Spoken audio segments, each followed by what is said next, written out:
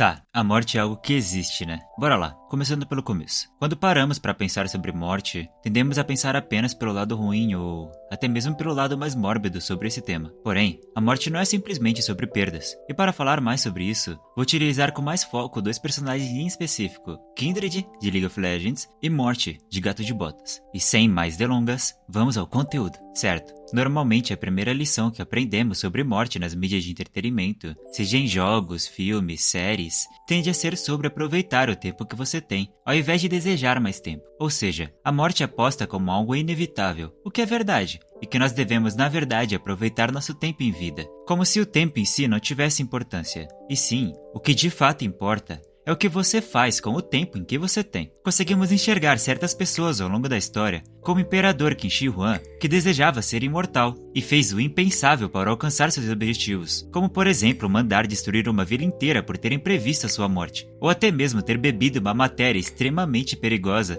na fé de que aquilo traria sua imortalidade. De fato, a imortalidade ao longo de todas as mídias é vista como algo ruim, algo egoísta, algo similar a uma maldição, como por exemplo Wolverine, onde ele vê todos aqueles que ele ama morrendo um após o outro, sem ele poder fazer nada, sendo o filme mais emblemático sobre isso, e até um filme recente na verdade, Logan, onde Wolverine se vê em uma situação onde todos aqueles que ele já conhece já morreram, então deve cuidar de Xavier sozinho, que está passando por uma doença mental, e quem diria, não é? A mente mais poderosa do mundo, podendo causar uma catástrofe apenas por querer, sofrendo por uma doença deteriorativa justamente em sua mente. Bom, nesse filme, observamos muito bem qual é o drama de ser alguém imortal, ver sua empatia e até mesmo sua humanidade sumindo, sendo sugada aos poucos de você, com você perdendo completamente a sua individualidade e caindo em um vazio de depressão, angústia e arrependimentos. Mas também enxergamos em certas mídias mais orientais a imortalidade não sendo tratada exatamente dessa forma, como por exemplo Tensei Slime, onde o protagonista acaba se tornando um pseudo-imortal e usa de seus poderes para fazer o bem para o seu povo. Bom, vamos voltar ao foco principal do vídeo. O Lobo de Gato de Botas, em sua aparição inicial, é uma criatura inabalável, onde não importa o quanto você tente, você nunca conseguirá superá-lo. Quando o nosso gato protagonista procura atacá-lo, ele acaba vendo seu próprio reflexo nas lâminas do lobo, simbolizando que lutar contra aquele ser seria justamente o motivo que iria levar ao seu fim. O gato então acaba tomando a decisão de fugir daquele monstro.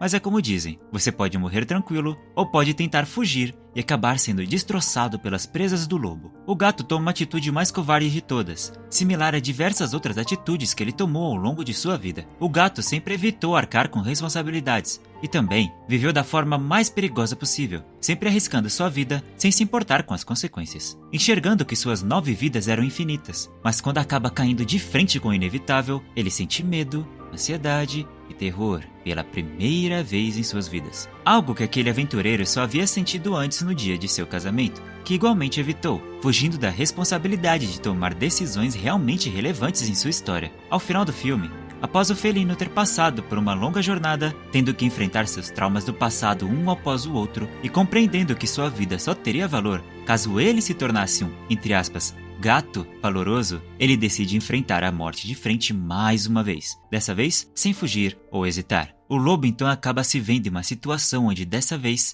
seu reflexo que é aquele presente em suas foices. Então, ele acaba sendo coberto pelo medo em um curto período. O lobo compreende que o gato de botas nesse momento não é mais o mesmo gato que ele havia enfrentado no início de sua jornada. Ele não é mais aquele gato covarde que não valoriza a própria vida, comentando que o gato que ele veio buscar não é mais aquele que está em sua frente. O lobo então se distancia, enquanto diz para o felino que no futuro ele retornará, mas aquele não é mais o seu dia. Bom, agora falando sobre os Kindreds. Durante minhas pesquisas sobre os Kindreds há uns anos atrás, fiquei sabendo que eles foram inspirados em uma lenda indígena, de uma aldeia bem antiga. Não sei dizer até que ponto essa história é verdadeira, porém, de fato, isso não é lá algo relevante, né? A história e filosofia dos Kindreds diz o seguinte: existia um homem que era completamente solitário. Em certo momento, ele partiu-se ao meio com um machado, para que ele nunca mais ficasse sozinho. Esse homem era a encarnação da morte, e suas duas metades se tornaram os dois caminhos de se enfrentá-la, uma sendo a ovelha, representando a morte mais calma e tranquila, que é quando você aceita seu destino e é levado com gentileza pelas flechas da mesma,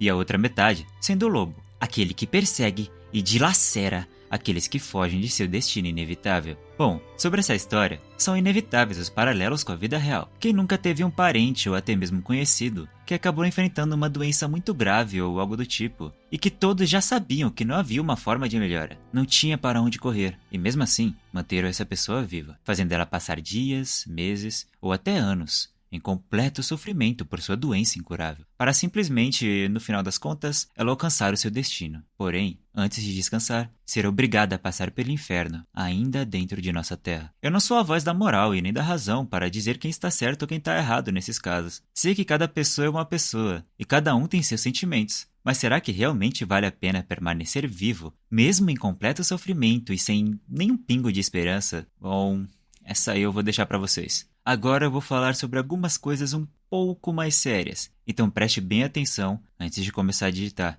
beleza? Bora lá. Eu sei como a morte é algo difícil.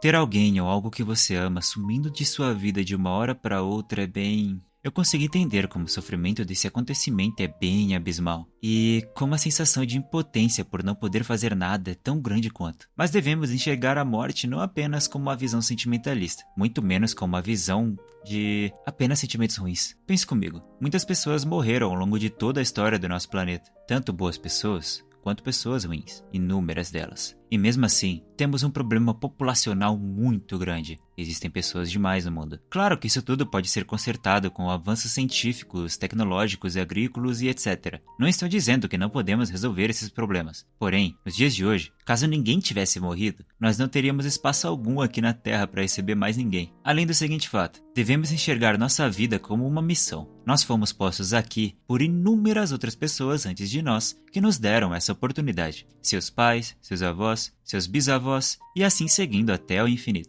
Infinitas pessoas viveram, cresceram, reproduziram e morreram. Fizeram de tudo para que você estivesse aqui hoje. O simples fato de não só você, mas também a vida nesse planeta existir já é um milagre por si só. Sei como é difícil enxergar que todos nós teremos o mesmo destino. Porém, ao mesmo tempo, é maravilhoso enxergar que todos nós tivemos a mesma oportunidade. Valorize a sua vida, pois ela só pode ser vivida uma única vez. E quando a sua hora chegar, apenas agradeça por você ter tido esse dom, esse milagre. E dica pessoal, faça o possível para que você morra sem arrependimentos. Não deixe para amanhã o que você pode fazer hoje, pois aqui é o mundo real, e não um desenho onde a morte vai ficar esperando você passar por sua gloriosa jornada antes de tomar a decisão que ela tem que tomar. E bom...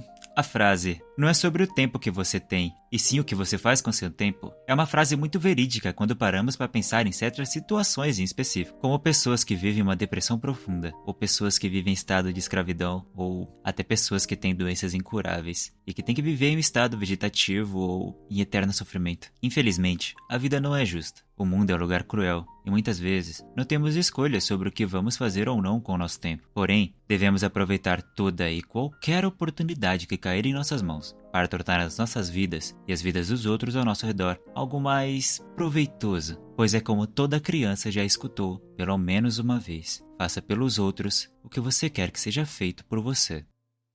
Acredito que é isso que eu tenho pra hoje, né? Tamo junto, galera. Obrigado por chegar até aqui.